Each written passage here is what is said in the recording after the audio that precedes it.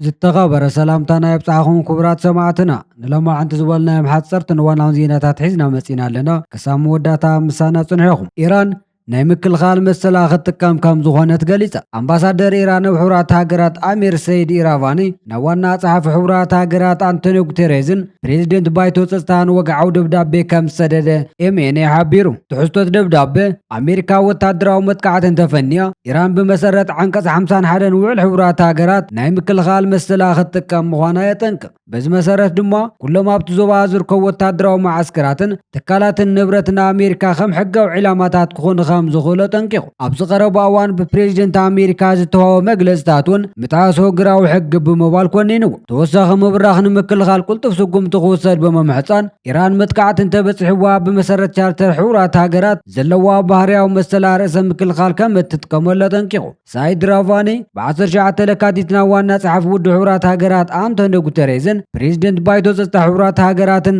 ጄምስ ካሪክን ኣብ ጸሓፉ ወግዓዊ ደብዳቤ የጠንቂቑ ዘሎ። ኣብ ዝቐነ ኣሜሪካን ኢራን ክትጥቃዕ ምዃና ማዕኸናት ዜና እስራኤል ይገልጻ ኣለዋ። እዚ መስርሕ ልዝብን ድርድርን ዋጋ ዘለዎ ይመስልን ዝብሉ ድማ ውሕዳት ኣይኮንን።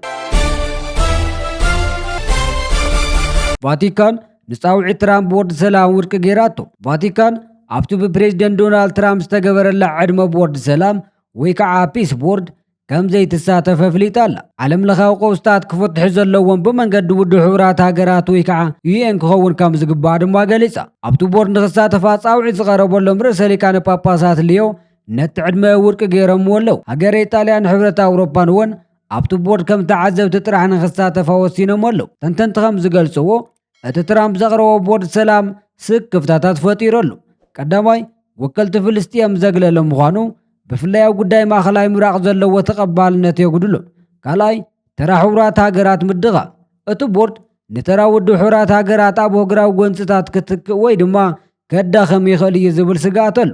ፕሬዚደንት ዶናልድ ትራምፕ ኣብ መላእ ዓለም ዘለዉ ጎንፅታት ንምፍታሕ ቦርድ ሰላም ተሰመየ ሓድሽ ኣኼባ ንምምስራት ፃውዒት የቕረብ ምህላዎም ይፍለጥ። ይኹን እምበር እዚ ምንቅስቓስ እዚ ካብ ዝተፈላለዩ ወገናት ተቃውሞን ሕቶታትን የጋጥመሉ። ሩስያ ኣብ ውግእ ዩክሬን ኬንያውያን ዜጋታት ምምልማላ ነፂጋ። ኤምባሲ ፌዴሬሽን ሩስያ ኣብ ኬንያ ነቲ ኣብ ዩክሬን ዝካየድ ዘሎ ግጭታት ንኽቃለሱ ዜጋታት ኬንያ ኣብ ምምልባል ተሳቲፋ ዝብል ክሲ ብምንጻግ ነቲ ክሲ ኣካል ሓደገኛን መደናገርን ፕሮፓጋንዳዊ ወፍሪ ኸብል ገሊጹዎ። እቲ ኤምባሲ ብ19 ለካቲት ኣብ ዘውፅአ ጋዜጣዊ መግለፂ ናብ ሩስያ ተጓዒዞም ናብ ዕጡቕ ሓይሊ ፌዴሬሽን ሩስያ ዝተጸንበሩ ኣብ ዩክሬን ኣብ ዝተኻየደ ስርሒታት ውግእ ዝተሳተፉን ዝተባሃሉ ዜጋታት ኬንያ ብዝምልከት ኣብ ማዕኸናት ዜና ኬንያን ህዝባዊ ዲስኩርን ዝዝርጋሕ ጸብጸባት ብዓብዪ ስክፍታ ከም ዝተዓዘበ ገሊጹ። እዚ መግለፂ ዝወፀ ንባይቶ ኬንያ ዝቐረበ ናይ ስለያ ወግዓዊ መግለፂ 89 ኬንያውያን ኣብ ቅድመ ግንባር ምህላዎም 39 ኣብ ሆስፒታል ከም ዝተዓቀቡ 28 ድማ ኣብ ተግባር ዳሃዮም ከም ዝጠፍኡ ድሕሪ ምግላጹ እዩ። ፌደራላዊ መንግስቲ ሶማልያ ምስ ዝተፈላለዩ ሃገራት ዝፍጽሞ ዘሎ ወታደራዊ ስምምዓት ካብ ዝሓለፉ ውሕዳት ተዋርሒ ሒዙ ብዝለዓለ ቁፅሪ ክውሰኽ ድሕሪ ምጅማሩ ፖለቲካዊ ወጥሪ ዞባ ቀርኒ ኣፍሪካ ናብ ሓድሽ ምዕራፍ ከም ዝበፅሐ ተገሊጹ። ሶማልያ ምስ ቱርኪ፣ ግብፂ፣ ቀጠርን ኤርትራን ካልኦት 18 ሃገራትን ዝገበረቶ ክልታዊ ስምምዓት እቲ ሃገር ንስጋኣት ግብረ ሽበራውያን ሓለዋ ገማግም ባሕርን ንምሕላው ትገብሮ ጻዕሪ ኣካል ናቱ ምዃኑ ተገሊጹ። ቱርኪ ንናይ ሶማል ሓይሊ ባሕርን ዳግመ ምውዳብን ናይ ቁጠባ ዞባ ንምውሓስ ናይ 10 ዓመት ስምምዓት ተፈራሪማ ኣላ። ቀጠር ብወገና ንናይ ሶማል ፍሉይ ሓይሊ ብምዕላም ንዕማም ምምራት ንምትካእ መሪሕ ተራ ትፃወት ኣላ። ኣብ ዝቐረበ እዋን ግብፂ ልዕሊ 1,000 መከናይዝድ ወታደራት ኣብ ሞቃዲሾ ኣስፊራ ኣላ። ግብፂ ነዚ ቁፅሪ እዚ ናብ 10,000 ንክትዕቢ መደባት ኣለዋ። እዚ ናይ ግብፂ ምንቅስቓስ ምስ ኢትዮጵያ ምስ ዲጋ ህዳሴ ዘለዎ ቅርሕንቲ ከም ሓደ ስልታዊ መንገዲ እንዳተጠቐመትሉ ከም ዘላ ይግለጽ። ብፍላይ ግብፂ ናይ ሶማሌ ሓድነት ብዝብል ስም ኢትዮጵያ ምብራቃዊ ዶምነት ዝገብሮ ወታደራዊ ምንቅስቓስ ኢትዮጵያ ንዓመታት ዝነበራ ናይ ፀጥታ ስጋኣት ዝፈጠረላ ምዃኑ ተገሊጹ። ዝሓለፈ ጥሪ ሶማልያ ምስ ኢማራት ዝነበራ ወታደራዊ ስምምዓት ወግዒ ድሕሪ ምቁራፃን ናይ ኢማራት ወታደራዊ ኣማኸርትን ንብረት ካብቲ ሃገር ምውፃእ ይዝክር። መንግስቲ ሶማልያ ናይ ኢትዮጵያ ህርፋን ኣፍ ደገ ባሕርን ንሶማሊላንድ ናይ ላዕላውነት ሕቶን ንምክልኻል ክትበል ግዛታዊ መሬታን ዝተፈላለያ ናይ ደገ ሓይልታት እንዳካረየት ትርከብ።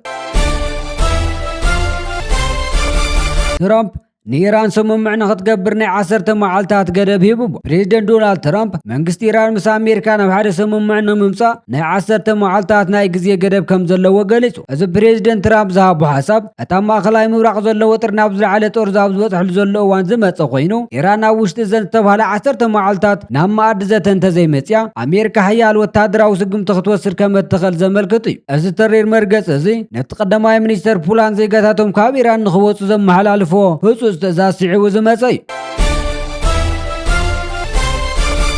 قدماي منيستر أبي أحمد نسراويت مكلخال هاجر نلعلوت مرحت ጸጥታን በዘመልከት حدش ممرح خمزه محلالفه ተገሊጹ እቲ መምርሒ ኣብ ውሽጥን ወፃእን ዘለው ብዶታት ጸጥታ ዝዓለመይ ቀንዲ ነጥብታት እቲ መምርሒ ድማ ኣብ ዙርያ ርእሲ ከተማ አዲስ አበባ ዝረኣዩ ዘለው ምንቅስቃሳት ዕጡቃት ንምዕጋትን ዝኾነ ዓይነት ስጋት ንኸይፍጠርን ሰራዊት ምክልኻል ኣብ ዝለዓለ ድልውነት ንኽህሉ ተኣዚዙ ዘሎ ኣብ ደቡባዊ ከባቢታት ዝተረኣዩ ምንቅስቃሳት ንምቁፅጻር ሓይልታት ኣየር ብመንገዲ ድሮን ተኸታታሊ ናይ ምክልኻል ደብዳብ ንኸገብሩ መምርሒ ተዋሂቡ ኣሎ ኣብ ዝተፈላለያ ከተማታት لعل نزخول حزب او تقاومتاتن نممكن حيلታት ጸጥታ ካብ ሕጂ ጀሚሮም ኣድላይ ምድለዋት ንኸገብሩውን ከም ዝኣዘዘ ተገሊጹ ዘሎ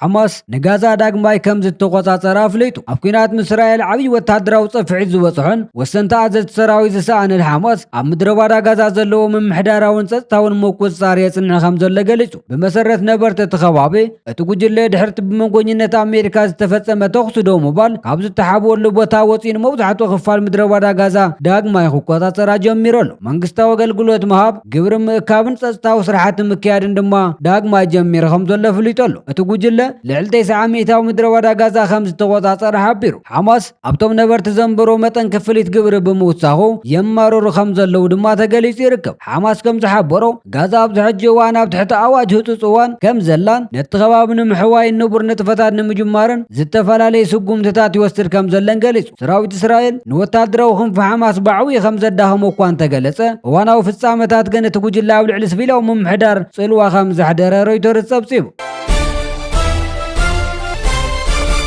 ሰራዊት ኢትዮጵያን ኤርትራና አውዶባት መንቀሳቀስ ጀሚሩ ብሉምበርግ ዲፕሎማሲያታት በመጥቃስ ካብ ባህር ዳር ዝተበገሰ ብርክት ዝበሉ ሓይልታት ምክልኻል ኢትዮጵያ ናውዶብ ትግራይ ከም ዝተንቀሳቀሱ ሓቢሩ ብተወሳኺ ሓይልታት ምክልኻል ኤርትራ በዝሕ ዘለዎ ሰራዊት ወነሰሊፉ ናውዶባት ኣከባቢ ከም ዝተንቀሳቀሰ ገሊጹ ኣብ መንጎ ክልቴን ሃገራት ኩናት ክካየድ ዝኽእል ተኽእሎ ካብ መዓልትና መዓልትና ወሰኸ ይኸይድ ኣሎ ዲፕሎማሲያታትን ሃገራትን ድማ ግጭት ከይፍጠር ጻዕርታት ይገብሩ ከም ዘለው ይፍለጥ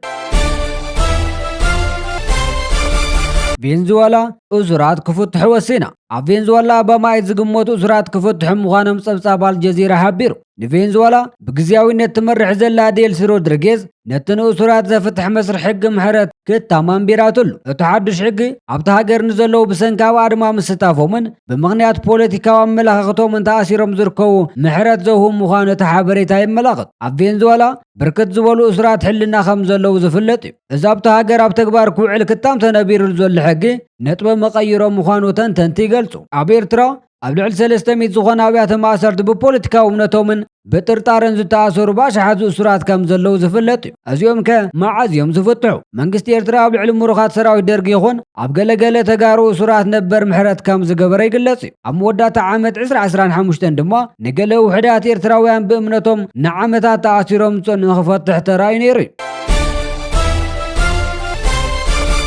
ሃይማኖታዊ አቦ ኤርትራ ካብዛ ዓለም ብሞት ተፈልዩ አባል ቅዱስ ሲኖዶስ ኤርትራን ሊቀ ጳጳስ ማእኸላይ ሃገረ ስብከትን ብፁዕ ወቅዱስ አቡነ ጴጥሮስ ኣብ መበል 86 ዓመቶም ሎሙ ብሞት ተፈልዩ ብፁዕ አቡነ ጴጥሮስ አባል ቅዱስ ሲኖዶስ ኤርትራን ሊቀ ጳጳስ ማእኸላይ ሃገረ ስብከትን ሎሙ ኣብ መበል 86 ዓመቶም ካብዛ ዓለም ብሞት ተፈልዩ ቅዱስ ሲኖዶስ ኦርቶዶክሳዊት ተዋህዶ ቤተክርስቲያን ኤርትራ ብሞት ብፁዕ አቡነ ጴጥሮስ ተሰምዑ ዓሚቕ ሓዘን ገሊጹ ይርከብ ክቡራት ሰማዕትና نلوم عنت زولنايم حصلتن واናው ዜናታት እዚኦም ይመስል ነይሮም ኣብ ቀጻል በኻሎት ሓደይቲ ዜናታት ክሳብ ራኸብ ሰሰናይ ንዓኹም